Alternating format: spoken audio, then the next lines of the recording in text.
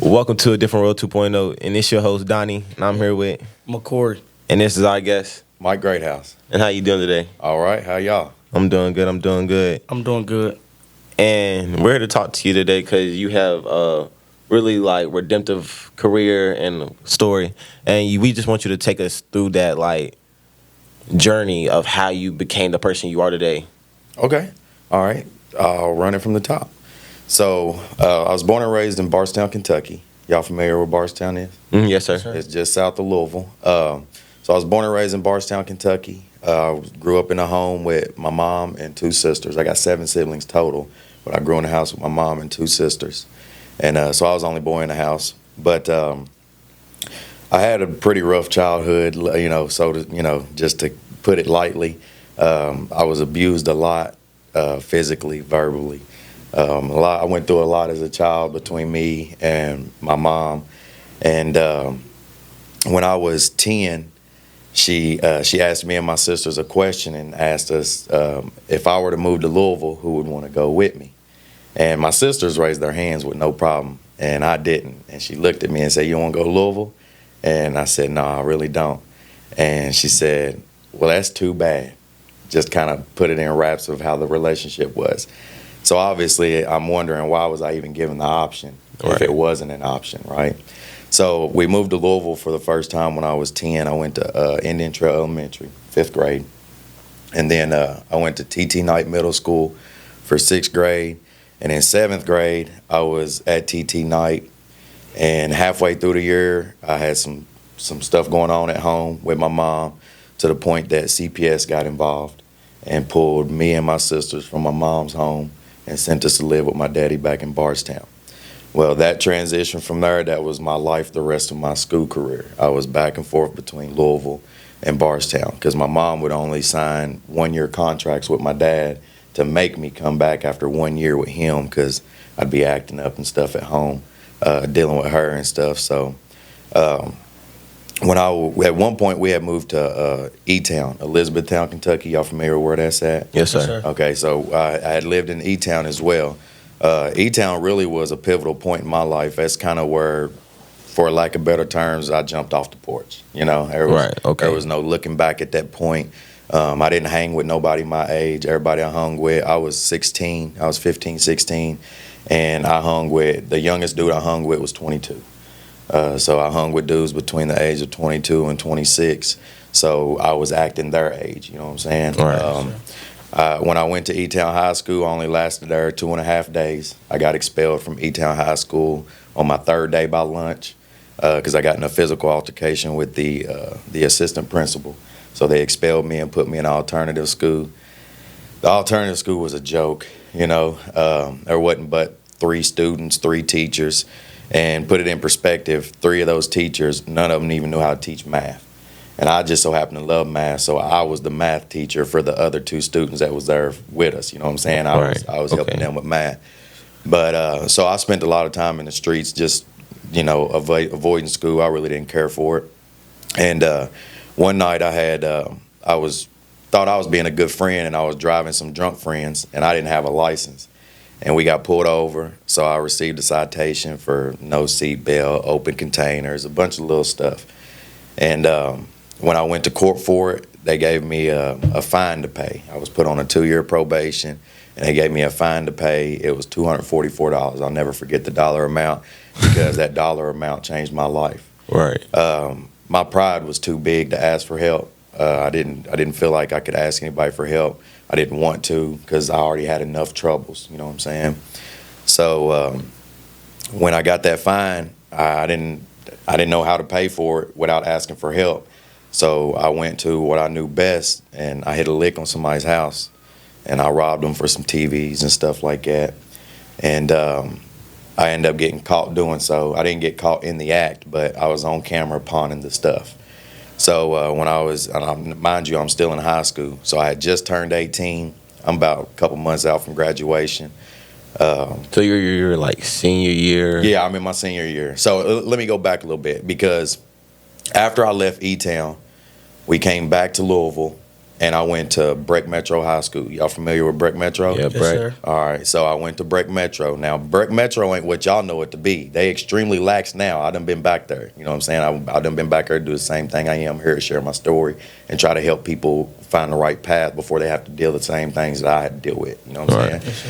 So back then, it was like a jail. It was like a jail out there. So you walk in, and as soon as you walk in the door, there's a table, 2 people standing at the table. Pockets got to be bunny ears. Take your belt off.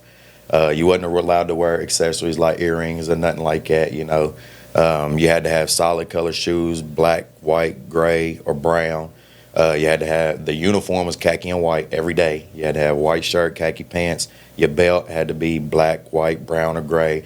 So there was no colors allowed in this school because the gang culture, right? Because that school was an alternative school for kids who are involved in different stuff. You know what I'm saying? Right. So they didn't allow colors to try to keep that down.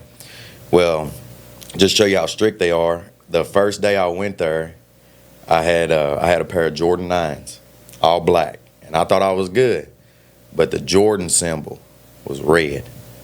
As soon as I put my shoes on that table, they gave me a talk pass and sent me home.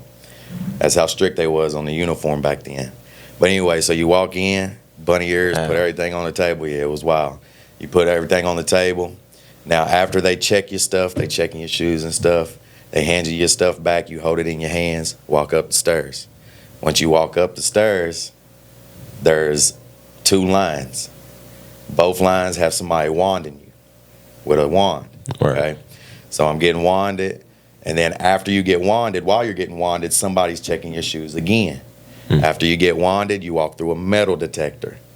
Now, after you clear the metal detector, there's a table at the end of it where you can put yourself back together. You know what I'm saying? You aren't allowed to have more than $75 in cash. If you did, they would take it and give it back to you at the end of the day type, you know. So they had lines on the floor. You had to walk to the right-hand side of the hallway. You weren't allowed to mingle in the hallway. You know Oh yeah, what so I'm saying? this is like a juvenile like state. Yeah. Exactly. That's why, and the reason it's important for me to talk about my experience in Breck is because, like you just said, it was just like a juvenile detention center. It was heavy police presence. You know what I'm saying? There was always police on site, and of course they were allowed to be physical with you. If you got out of hand, they were allowed to be physical. So it was structured much like a juvenile detention center or a jail. Everything was very structured. You weren't allowed to, in the hallway, you weren't allowed to talk to nobody. You had to go straight from class to class. You know what I mean? Now, when I had got there, that structure I liked.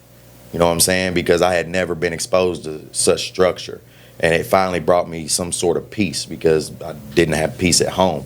And I knew I could go to school and I wouldn't have to worry about nothing because it's so structured. You know what I'm saying? Yeah. So what I didn't realize was it was conditioning my mind for the future I was making for myself. You know what I mean? So I went through there and I excelled academically because I completely flunked my sophomore year. Completely flunked. The only reason I passed is because of JCPS's motto, no child left behind. I had all U's. I don't know if the grading system's still the same, but back then you didn't get F's. You got U's for unsatisfactory because they refused to call kids failures. You see what I'm saying? Yeah. So I had all U's in all my classes, so I completely flunked. So I'm behind. I'm a junior, but I'm way behind with school credits. You know what I mean? So they had a credit recovery program, Breck Metro did. So I was able to focus in school, so I took school serious at that time. And eventually I caught up so much that when I went into my senior year, they allowed me to go to school for a half a day, and I was scheduled to graduate at a half a year. I only had to take certain classes and I could be done. So I was supposed to graduate December 17th of 2010. That's when I was due to graduate. Well, like I said, I had drama at home between me and my mom. It was constant. And one day we got into it, and she made the comment, and she said, and forgive me if y'all got to edit this out, but I got to quote it for what it is. She Right. said, I'll have your ass thrown in jail before you graduate. Because she knew that was the goal, was to graduate early. You know what I'm saying? But that was because that was the only thing she could use against me. So she told me, I'll have you in jail before you could graduate. Because obviously she got past the point that she could whoop me. So now I'm just getting the police called on me constantly. You know what I'm saying? So I had a lot of encounters with the police as a youth. So when she told me that, I was like, I can't give her this opportunity because I know I ain't gonna make it. You know what I'm saying? If she's gonna get me thrown in jail, I know something's gonna happen between us where she's gonna follow up on that. So I ran away for the second time. This was my second time running away. Now this time I was actually able to successfully run away and hide out until my 18th birthday. So when I turned 18, I came back up to Breck Metro. I signed myself out of school. But I knew school was important. You got to have a diploma, a GED to get anything. You know what I'm saying? Even fast food jobs. So I knew I had to finish school. So I put myself back in Bardstown. And that brings us back up to me hitting that lick. I was sitting in class one day, and I get a call to the principal's office. Teacher tells me go to the principal's office. When I walk into the principal's office, there's 2 uniformed police officers in the office waiting for me. They read me my rights, and they take me off to the jail. Well, luckily for me, I had an uncle that I was living with at the time who came and bailed me out the very next morning. So I only spent the night in jail at that time. And so he came, he picked me up. He said, I'm going to take you home. You're going to get in the shower, and you're going to take your ass to school. So I was like, all right. So, I respected it. So I went home, dressed up, boom. Well, I end up on those charges, I end up copping out to a plea. It's a 5-year diversion plea is what it is. And how that works is, and I'm explaining to y'all now how it works because I didn't know this until later on when it was too late. Right. But what I didn't understand about the plea was, yes, they had charged me with 2 felonies, theft by unlawful taking and second-degree burglary. All right. Now, one of them's a Class D, one of them's a Class C felony. All right. So I copped out to a 5 for 5. It's 5 years of probation with 5 years on the shelf. Now, the way that plea works is if I completed that 5 years of probation, I wouldn't have had a record. Those 2 felonies they charged me with would have dropped. You know what I'm saying? So they gave me a chance to get it right, but I didn't understand it, and I didn't care. You know what I mean? I didn't care about nothing at that time. So I just I took the plea, and I continued the life that I was in, just in the streets. I never touched any hard drugs, so I just sold a little petty marijuana stuff, just trying to make a couple dollars, just make ends meet, because at that time, 2 felonies on my record, all I could get was fast food jobs. You know what I mean? So I'm working these fast food jobs, and what made me really feel like my life was pointless is my aunt that I was living with at the time, she tried to get me life insurance. And so I had to sit down and do an interview with a guy from the insurance. And when he found out that I had 2 felonies on my record, he was like, you're not going to be able to get life insurance. So at that time, what I heard was, your life don't mean nothing because you're a felon. You see what I'm saying? I can't even get life insurance because I'm a felon, All right. So I just kind of accepted it, and I was like, all right, this is my life. I'm just going to have to keep working what I do what I do on the side, and just try to keep making ends meet, Well, eventually life caught up to me. I was doing what I was supposed to on probation. They never drug tested me, so I never really tripped off nothing. So eventually I got on what's called unsupervised probation. This was 4 years in, so I only got 1 year left. So after I walked down 4 years, my PO was like, you ain't got to come back no more. Now, back then, they had just made the transition where they were no longer taking you to jail for possession of marijuana. They would just give you a ticket. You know what I'm saying? So I got pulled over one day, and obviously I was smoking. So when they pulled me over, they smelt it in the car, and I got searched, and they gave me a ticket for possession of marijuana. And I just kind of let it skate. And about 2 weeks later, I get a call from my PO. I'm about to hit the highway, and my PO calls me, and he says, I need you to come to my office right now. So without question, I go to his office. And when I sit down, he said, you know what you're here for? I was like, nah, nonchalant, I ain't care. Nah, I don't know what I'm here for. So what happened a couple weeks ago? I said, I don't know, you tell me, you called me here. And so he told me, he said, so did you receive a citation for possession of marijuana? I was like, yeah, because I'm honest, you know what I'm saying? I don't believe in lying to people, I'm transparent, it is what it is. So when he asked me, I told him flat out, yeah, I got that citation, I can't hide it, it's on the books right there in front of him. So I was like, yeah, I got it. And he asked me, he was like, if I make you pee today, are you going to be clean? Again, I'm honest. Nope. So he told me, he said, I'm going to give you a chance to come back in 30 days and be clean. So I was like, all right, bet. 30 days later, I come back, and he asked me, you going to pee clean today? I'm honest. Nope. And he asked me, he said, are you trying to get your ass thrown in jail? And I told him, and I'm so y'all don't have to bleep this out, I'm going to tell you what I told him.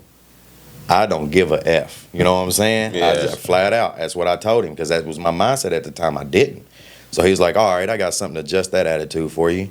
And he told me, he was like, on November 14th, you are to turn yourself in to the Nelson County Detention Center and you're going to serve 60 days. Now you got 60 days to think about it, you know? So I went down for my first bid, 60 days.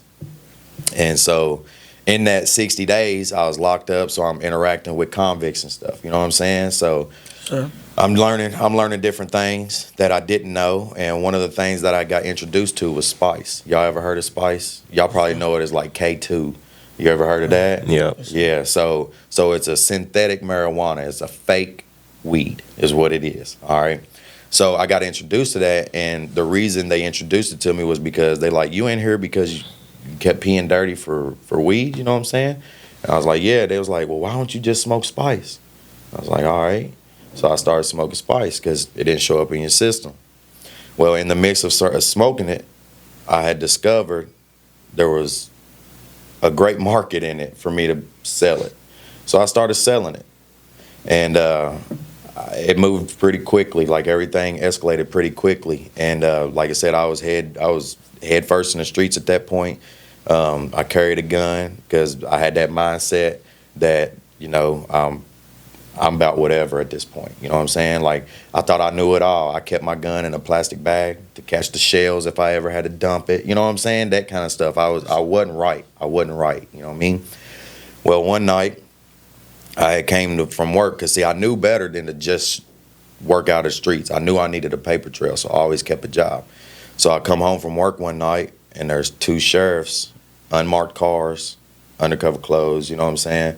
And they hop out as soon as I hop out of mine, and they stop me, and they say, go ahead and stop right there. I had some McDonald's in my hand I had just picked up. They said, go ahead and stop right there, sit everything down. And they came to me, and they was like, we got a search warrant for your house and your truck. Now, again, I done learned some stuff in jail, so I said, let me see the search warrant. Because I know if my license plate number ain't on that search warrant, they can't search it. That's where my gun is. That's the last place I want them to be. My license plate was on there, so I couldn't stop them. So they searched my house. They found all my spice and my money. They searched my truck. They found my gun, and it was loaded. So I got locked up again on those charges.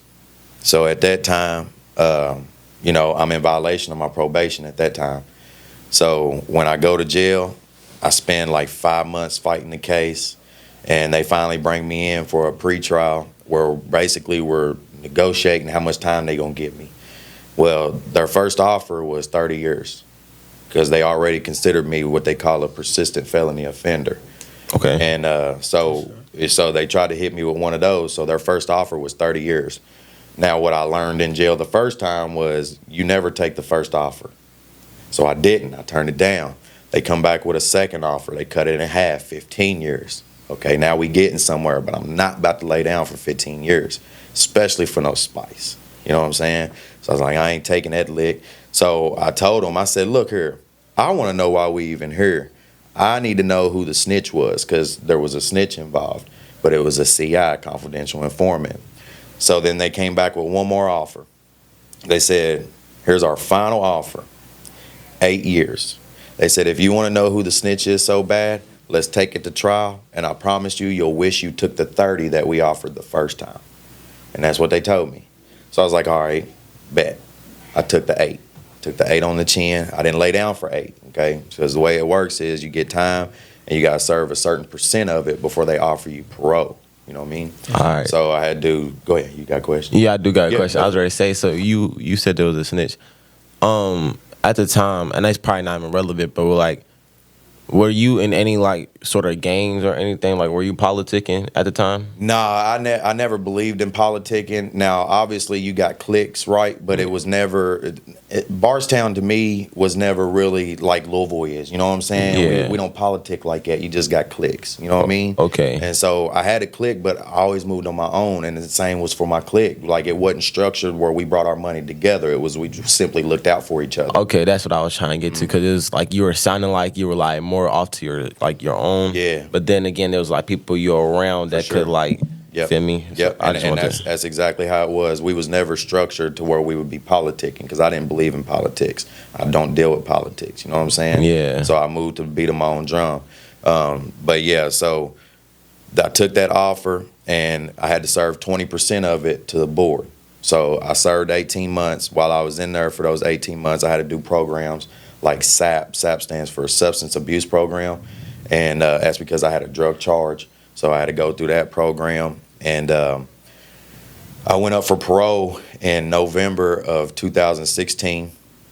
And I was granted parole. So I got released in January of 2017. Now, mind you, while I was locked up, I still had that same mindset I had on the street. So I was a complete menace in jail. Like, I was the type of menace where the third shift COs would come to my cell before their shift began, and they would ask me, "Look, bro, can you just chill out tonight? If you keep it cool tonight, we got an extra breakfast tray for you in the morning." The COs are trying to bribe me to stop causing so much ruckus in the jail. You know what I'm saying? Yeah. Because I was all the way out there, bro. You know what I mean? So I had when I got granted parole, I came home in January of 2017. And when I came home, I had already told myself, I got to change. I can't keep doing this right here because at this point, I'd have missed the last 3 Thanksgivings and the last 3 Christmases. You know what I'm saying? Being locked up. You know, I had, out of 3 years, I spent 7 months on the streets. So I was like, yeah, I can't keep doing this, you know. So I went, so when I came home, I tried to find the best job I could with my record because, again, with my record, it was hard to find anything. And so I got a job at a liquor factory where they bottled liquor, you know what I mean? So I was working that, and I thought that was just the end-all be-all for me. I thought that'd just be where I was. I'd keep trying to work as much as I can and get raises as I can, so on and so forth. Well, I was dating a girl in Indiana at the time, and she was a bartender. And she was talking to a dude, and she was just kind of talking to him about how I got these felonies on my record, and it's hard for me to find a career. And he asked her one simple question. He's like, does he like to work with his hands? And she was like, yeah. He builds stuff for me around the house all the time. He helps me with stuff around the house all the time. And so when she came home that evening, she was like, hey, I want to let you know I had this conversation with this dude. He gave me this name and this number, and he told me, tell you to call this number and tell them you're interested in the apprenticeship program. That's all I was told. So that Monday morning, I called the number, and I said, hey, my name's Mike Greathouse, and I'm interested in the apprenticeship program. That's all I was scripted to say. That's all I knew to say. So I did, and the dude, just no hesitation, he was like, can you come in tomorrow, fill out some paperwork? So I was like, yeah, bet. So I went in the next day, and I filled out a bunch of paperwork, and I didn't know what I was signing up for, just some apprenticeship program. I don't even know what an apprenticeship program is at the time, you know. All I was told was they don't care about your past. That's exactly what I was told. They don't care about your past. They don't care what you've done. They're just looking for people that work. So I go through that, and then he told me, he said, if you got a job right now, don't quit it until you come to orientation. So I was like, all right. So that was in May. So in June, I came to orientation, and it was at the Carpenters Union. I came to orientation, and while I was sitting in orientation, that's when I finally learned that I had signed up to be a carpenter. And what I didn't know what a carpenter was. I didn't know anything about a carpenter. I knew what most people think about a carpenter. They do carpet. You know what I'm saying? Right, yeah. Like, real talk. Like, as typically the stereotype that we get, because it's almost in our name. You know what I'm saying? So, right. So most people think a carpenter just lay carpet and stuff. You know what I'm saying? No, you straight. I told you that's gonna be a struggle for me. You know what I mean? I'm used to being transparent. I speak freely, But yeah, so I was like, all right. So I went home that evening, and my grandmother, God rest her soul, she always had my back through everything. So I was at her house 7 days a week. You know what I'm saying? So I went to her house that day, and I told her, I said, Mick, I finally know what I signed up to do. Because beforehand, I'm telling her, I don't know. She was like, what are you going to be doing? I was like, I don't know. So I finally told her, I said, I signed up to be a carpenter, and this is the first thing I learned about a carpenter. She said, Jesus was a carpenter. That's the first thing she told me about a carpenter. I was like, okay. So I know she's pleased with that. So I must be doing something right now. You know? Yeah. So I go up there. I go through the apprenticeship. Well, I go through the orientation, and in that orientation, I met a guy who introduced me to my first job as a carpenter. And it was the Omni Hotel down on 2nd and Liberty. Y'all familiar with the Omni Hotel? Yes, sir. Yes, sir. The great big black one down there? Yes, sir. So that was my very first project. Great big thing. So I don't know. I ain't never been on a construction site or nothing. So I call this dude and I'm like, hey, my name is such and such. I don't even know how to read a tape measure. I don't know how to do nothing. I ain't never been on a job site or nothing because, again, I'm transparent, so I'm being honest. He was like, all right, we can work with that. And he told me where to be and what time. And it was down there at the Omni Hotel. So I show up to the Omni Hotel. And I spent my first year pushing a broom, bro. And I was like, carpentry's cleaning? You know what I'm saying? Like, I didn't understand it, but I didn't let it keep me down because at this time now I'm making more money than I've ever been able to make with my record. You know what I mean? Yes, sir. So I made that investment and I pushed that broom happily for the first year. And my superintendent would tell me every time he come on the job, he would tell me, man, your foreman says every day you come in here, you push that broom with a smile.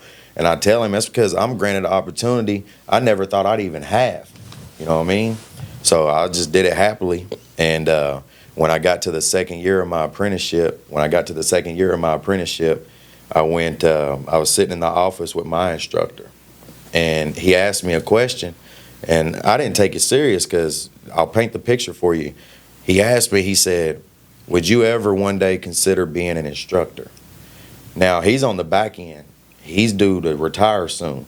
And coincidentally, he's retiring at the same time that I'm supposed to finish the apprenticeship program. So he asked me, would you consider taking my place? And I laughed at him because he was an old white man. The other instructor was an old white man. The other instructor was a middle-aged white man. Everybody in there is white in color. You know what I'm saying? So you being the odd one out over there would have been like, yeah, I'm not even seeing it as being an opportunity. I'm thinking he's just messing with me. yeah, you know you what think I'm he's saying? joking, Yeah. Straight up. Because and then you gotta think about it.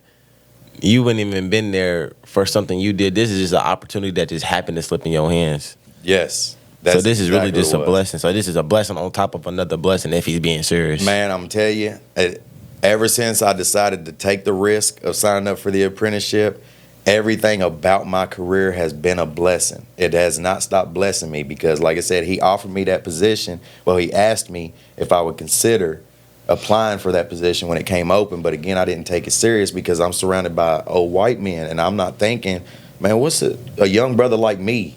What's a young brother like me going to do for y'all?